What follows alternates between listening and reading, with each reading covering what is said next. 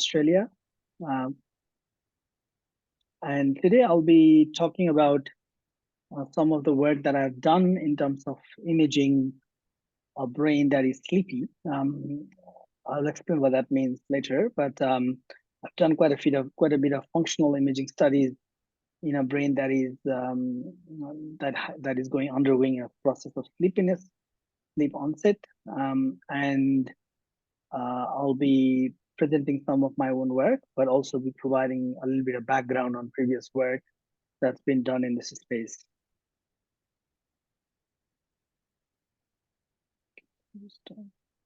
So this is just a quick outline of my talk. I'll focus on why, I'll just start with a bit of a background on why sleepiness is a public health issue, go through some of the behavioral and subjective characteristics of sleepiness, and then provide neuroimaging findings in this space. So there's three sections in this talk. I like this quotation regarding sleepiness, which was published on a paper by Ambrosio et al. In 2019. So it's basically saying is just as hunger is a physiological need for food, sleepiness can be described as a physiological need for sleep. So it's a similar sort of subjective experience, but of course with different physiological markers and physiological processes involved. And sleepiness is an important public health issue because a lot of road accidents globally occur because people are in fatigue due to sleep deprivation. They feel sleepy while driving. There is also some major industrial disasters that are attributed to the errors caused by fatigue and sleep deprivation. A lot of medical errors occur in shift workers and medical professionals because they are sleep deprived. So it is an important sleep. It is an important public health issue, particularly the terrain, the places where the terrains are not that good for driving. For example, the country which I come from, Nepal, we have a lot of mountains, we have a lot of road accidents and trauma-related death because of drive sleepiness, and mainly because if you go off the road, then you are basically 100 meters down the cliff. So it's a major issue in globally, but also in the world where the terrain is not that friendly to driving. Um, in Australia, where I work, inadequate sleep is highly prevalent. With an estimation about 40% of Australian adults experiencing some form of inadequate sleep, which basically leads to loss of productivity and increase in healthcare cost because of sleep depth and sleep deprivation. And it's actually there's been quite a few publication by Sleep Health Foundation here, highlighting the cost, not just the public health cost, but also economic cost associated with the sleep loss. So it is of a global concern. This whole area. One of the issue with managing the problems associated with the sleepiness largely it is a subjective experience. It's very difficult to quantify. It's similar to feeling of hunger or feeling of pain because it's a largely subjective. There are, of course, behavioral consequences of it, which we can track, but it's difficult to quantify. So the biomarker there isn't there that can basically say you are 8 out of 10 sleepy or 9 out of 10 sleepy, like that. So there is no clear biomarker to quantify the level of sleepiness in an individual. So it's difficult to identify and manage sleepiness. Even despite all the road accidents that we have markers for alcohol on the road, so you can do a breath test for alcohol, but you don't really have a similar thing for the fatigue and sleepiness. So it is a major issue without much quantification in research. So that's why it's important to understand what's happening in the brain during these periods of sleepiness, and I'm trying to understand the mechanism first, and hopefully potentially develop biomarkers in future.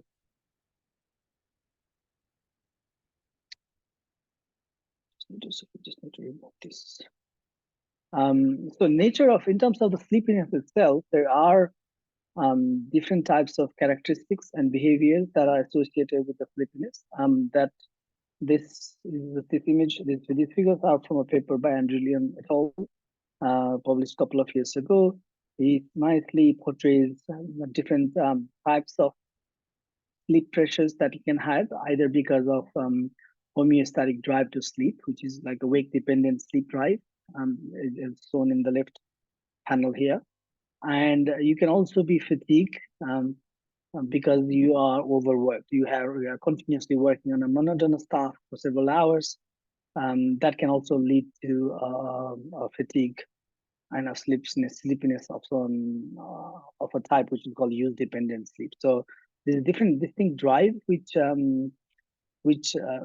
basically lead to a state of increased sleepiness, and because the nature of it is largely subjective, because it is the physiological nature of it, but you also have some behavioral manifestations such as lapses in attention, which are common. You have eyelid changes in eyelid closures. For example, you can have frequent increased blinks when you are highly sleepy. You potentially have lapses of complete lapses of responsiveness, which is more like a no response at all for a couple of seconds, so that can also occur, which is why you have accidents on the roads when people are falling, actually going to the state of microsleep. And so these are some of the behavioral characteristics. So the both you wake dependent phenomenon, which is a sleep drive, homeostatic sleep drive, and use dependent, because of the continuous task performance, you can have both increased level of sleepiness. And this is another paper which sort of highlights the drives and what happens in terms of neuronal firing when you have different drives that are driving the wake and sleep systems in the brain.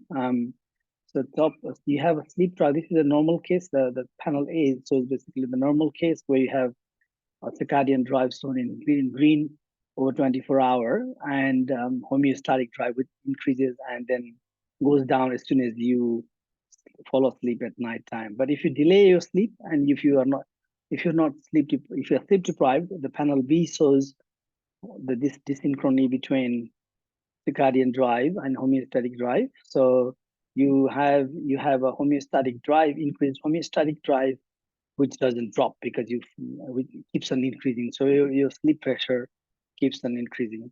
The panel C and D here shows neuronal firing, neurons in off period. So percentage of neurons in off period.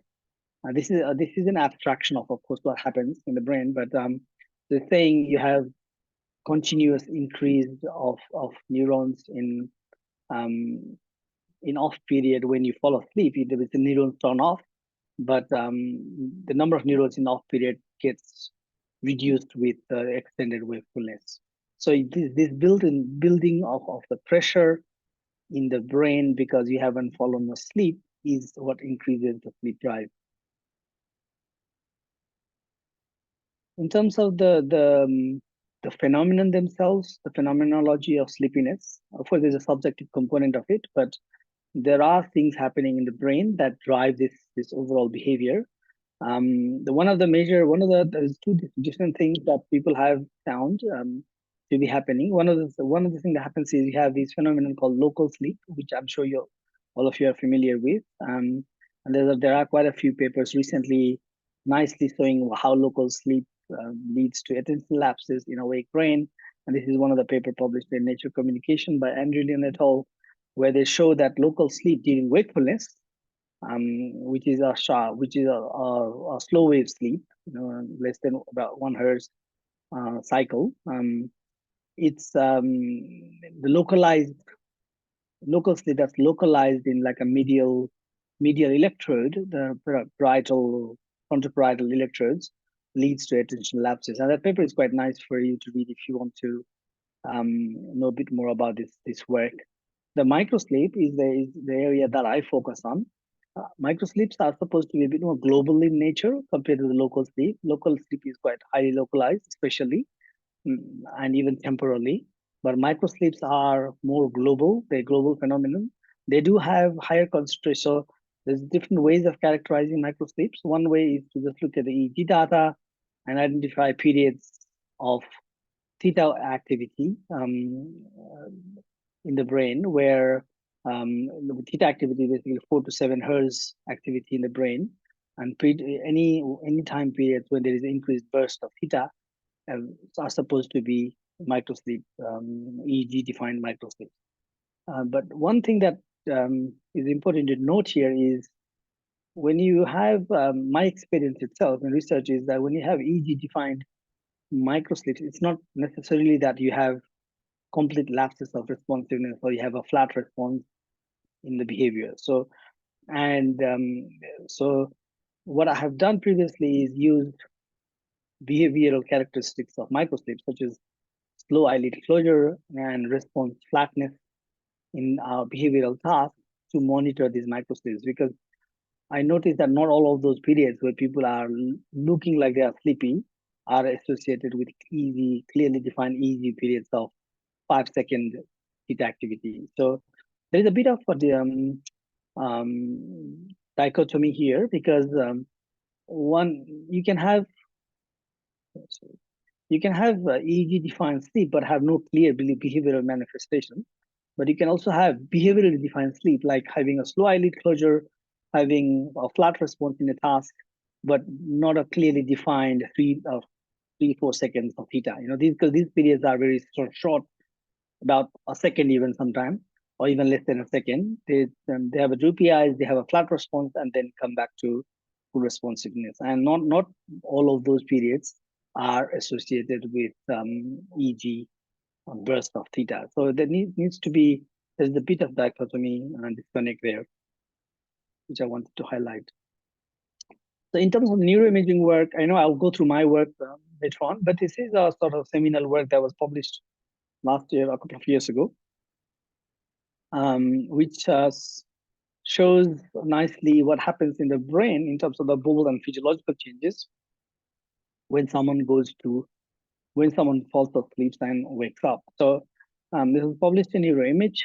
There are large-scale global changes in gray matter, white matter, thalamic changes during periods of falling asleep.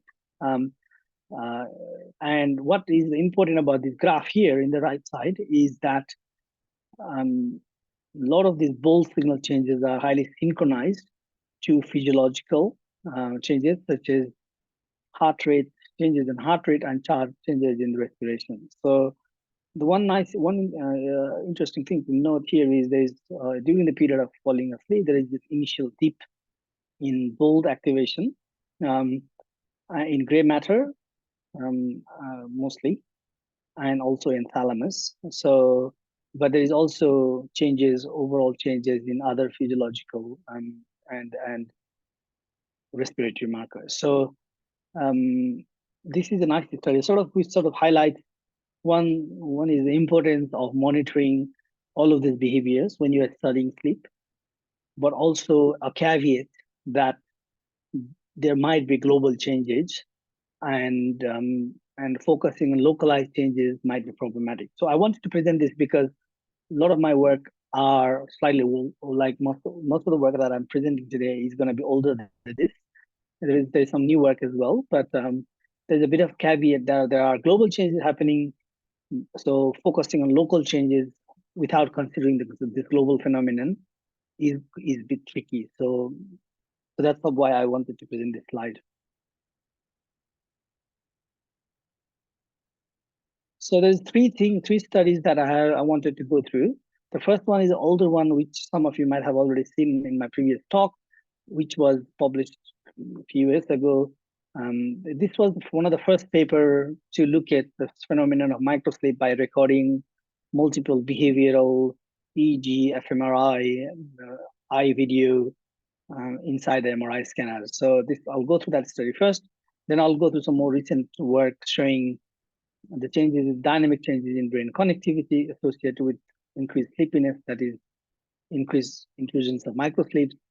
And also, the last study also with the sleep-like intrusions are also frequent during task performance when someone is actually doing some sort of cognitive task. So I'll be focusing on those. And that's the last study is important because it's related to occupational settings and this phenomenon of having errors and accident on the workplace when you are sleep deprived.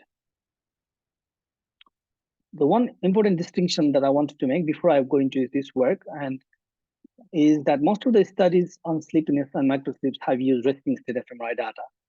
And in my work, I mostly use behavioral task as a continuous behavioral task instead of a resting state paradigm, because this continuous task allows me to sample the human behavior continuously and monitor the behavior continuously so that I can not just monitor the fMRI activity, but also monitor what's happening in terms of the behavioral responsiveness in these individuals.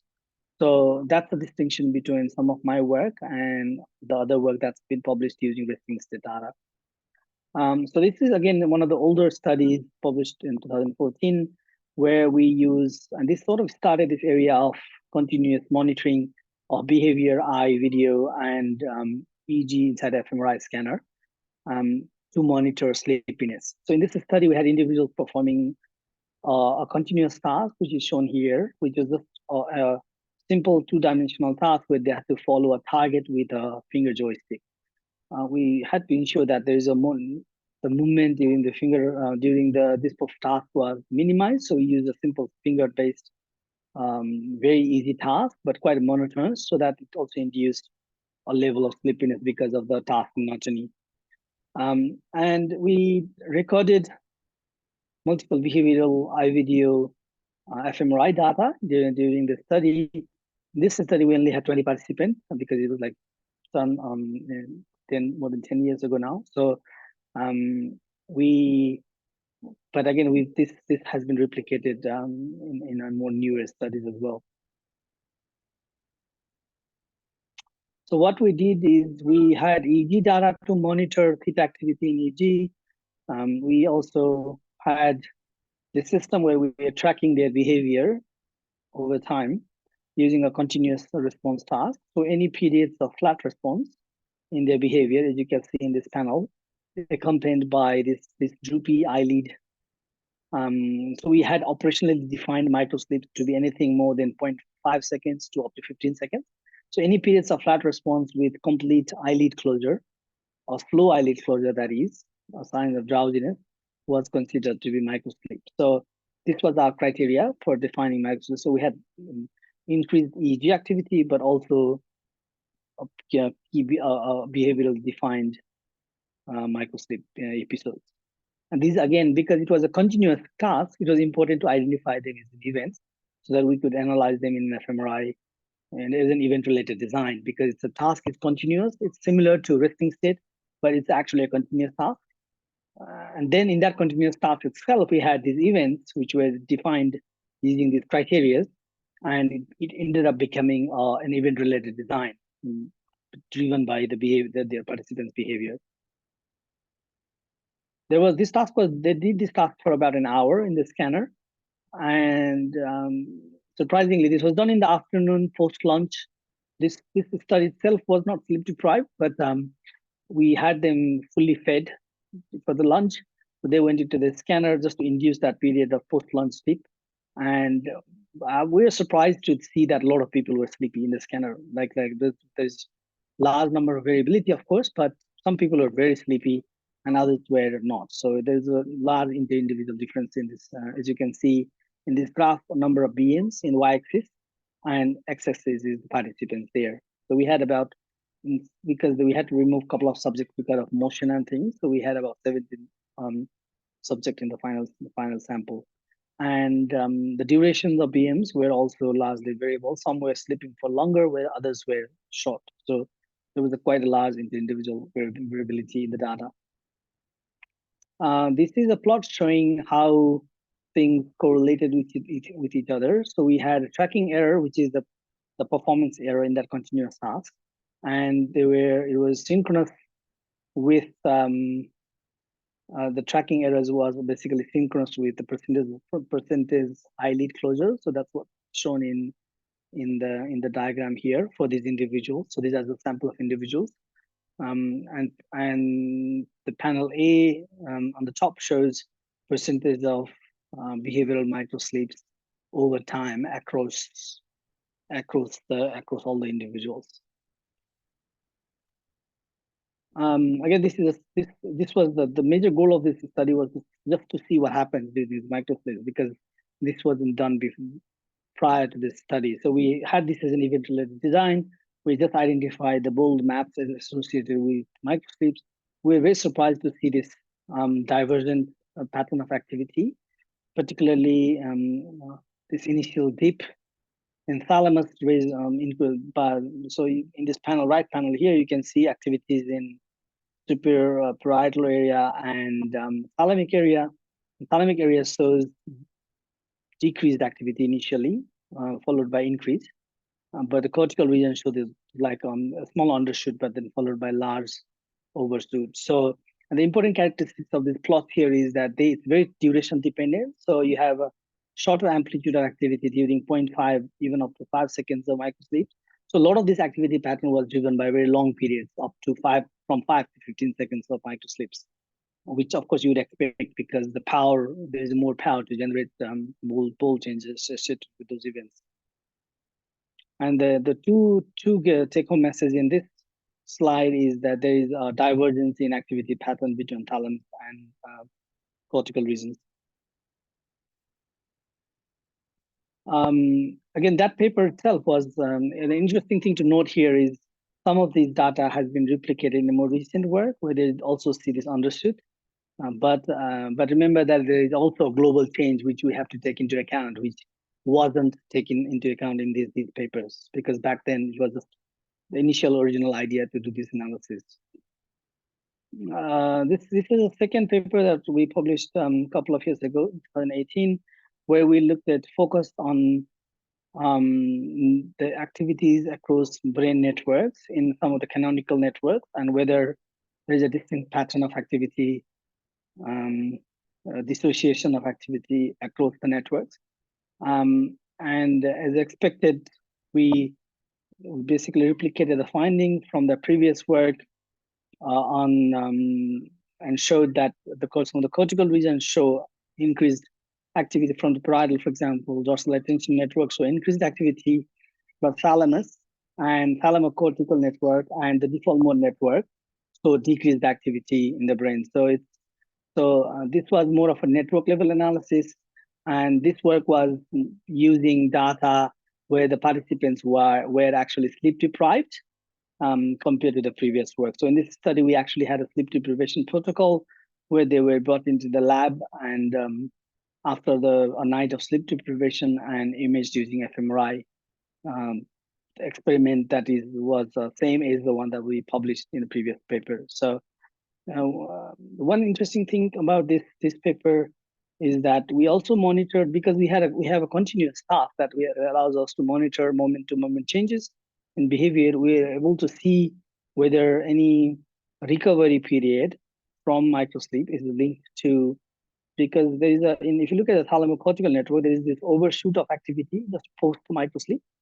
We correlated whether their responses immediately after the microsleep periods correlated with the level of activity during the post-microsleep periods. And there was a sort of moderate correlation between a change in response speed, meaning how fast they responded immediately after they woke up, against the amount of activity there was in overshoot there was in thalamocortical network. So this is the hypothesis that there's any overshoot when you recover from microsleep, the thalamocortical network needs to wake up and needs to get involved in the communication, right? So the change in response speed was correlated with this post microsleep activity.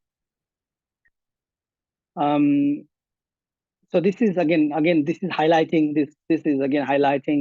the same idea. So in the thalamocortical network, signal change in the post microsleep period was correlated against change in response speed, meaning the recovery from microsleep is largely driven by this thalamocortical initial hypershoot in thalamocortical network. We also looked at connectivity over time, brain connectivity over time. And there was particularly the intra-network connectivity, because we know that there is anti-correlation between DMN and right frontal network during resting periods. But because they were doing a task or continuous task, we wanted to see whether there is a similar thing happening during a period of continuous task performance and whether it changes with tracking error. The increased tracking error here means increased intrusions of sleepiness, right? So as you can see in this plot, the darker line shows tracking error, which means they are becoming sleepy over time, and this dotted line shows connectivity, basically meaning that they were anti-correlated when they were more or less alert, but during the periods of, and then it slowly linearly increases with increase in tracking error, and it actually reverses the direction. So it becomes starts to become a positive correlation when they are falling asleep. So which could potentially mean that they are becoming more synchronized, or it could also be, again, as I said before, it could be driven by this global change in activity associated with increased level of sleepiness.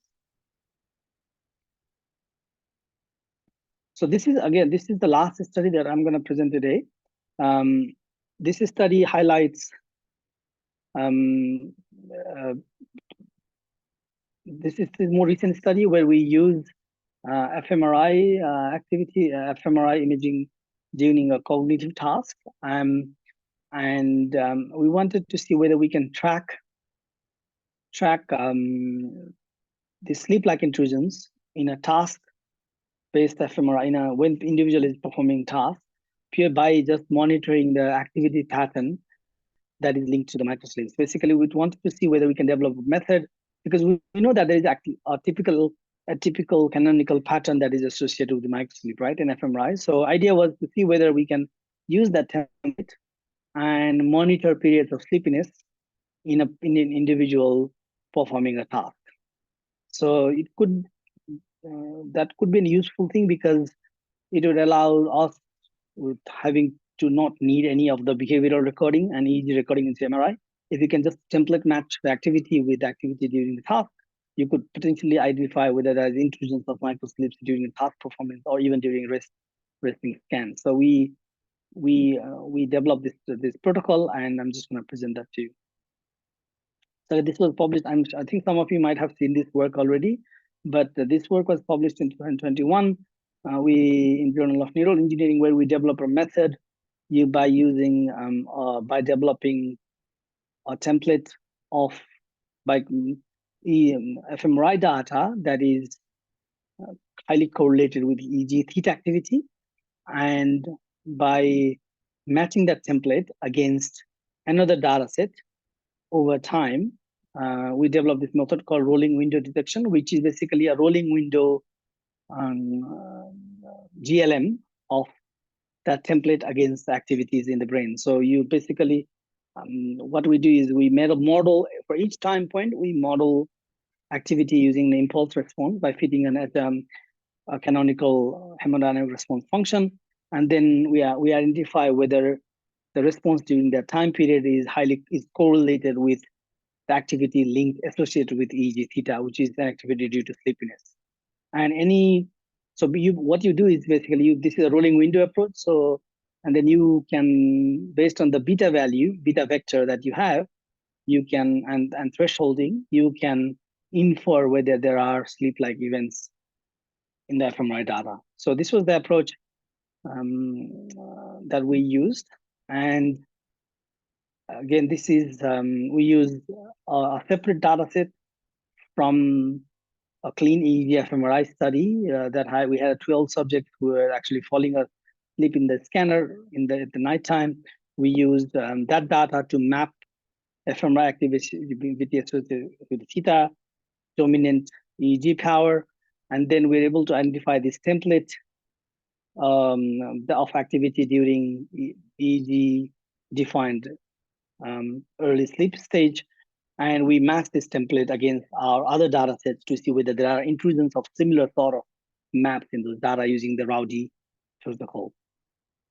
In this study, we used that method where the participants were actually performing a behavioral game of set task where they had to respond, whether it's an event-related task where they had to respond on the screen, whether the task that the set of cards they are seeing is a set or not a set.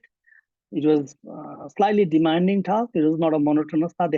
They had set of rules that they needed to remember and respond, but they were partially sleep deprived and partially sleep deprived. So they did this following rested and partial sleep deprived session, and using the fMRI data collected in this paradigm, we were able to identify whether participants were falling asleep after sleep deprivation protocol.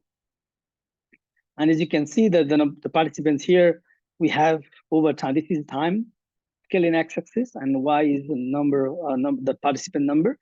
And there are quite a few of intrusions in sleep-like intrusions in the data, fMRI data, which was basically generated using that Rowdy method that I just presented.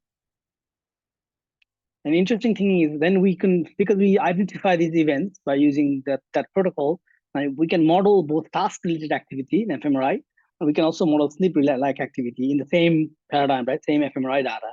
And as you can see, it's interesting that you have a distinct map that is task-related map, which is in the left side, and sleep-related map, which is or in the right side. And there is almost like a co-occurrence of task-related map and sleep-related map in the fMRI data, suggesting that people are transitioning between these periods quite often, actually, in a sleep-deprived session. So we can, by plotting the bold signal, overall bold signal in some of the key regions associated with this top panel shows the sleep-like activity pattern, and the bottom panel shows the task-like activity pattern. So there is an interesting sort of co-occurrence of task-related activity and sleep-like activity in the brain in sleep-deprived individuals.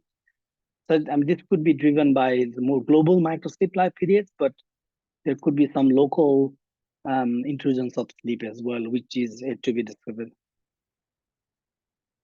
We also correlated so this is purely based on fMRI template matching, but once we identify the events, we generated the maps. We could also go back to the behavior because we recorded in the task, when they performed the task, we recorded iVideo and we had a reaction time data, right? So we could correlate whether fMRI detected events, sleep-like events that were purely detected by fMRI template matching method actually predicted a behavioral change. And you could see the changes. There's a strong changes in pupillometric data, up to 40% reduction in eye pupil size linked to these events in sleep-deprived individuals. Whereas in rested individuals, there isn't really that strong change in the pupillometric profile.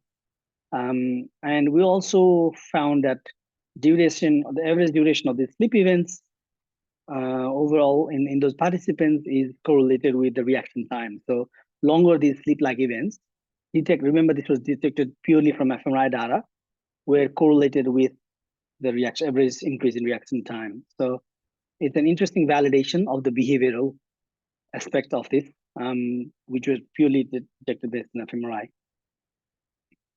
So in conclusion, I've presented you like three different studies. First study was to show what happens in the brain during microsleep. Then I presented the dynamic changes in some of the network activity during microsleeps. And the last one was to present a novel method that could potentially be used to monitor periods of sleepiness in fMRI data, even a task fMRI data, and identify whether there are episodes of sleepiness in your task fMRI data that you've collected after sleep deprivation protocol. And so interestingly, it seems like this last study shows that there are sleep-related activity patterns that coexist with a strong task-related activity pattern, which might mean that individuals are falling asleep in between the task period because they are sleeping in the scanner, they are sleep deprived, or it could also be driven by global changes that occur due to sleepiness, because it's presented in one of the slides. I just want to acknowledge some of the funding but is quite a few of those fMRI studies was funded by Marsden Fund postdoctoral fellowship. And I've also received Hereditary Disease Foundation fellowship, some fundings from LNCRC support at Melbourne, and these are some of my collaborators based in New Zealand at Monash University, and yeah, University of Otago and all that.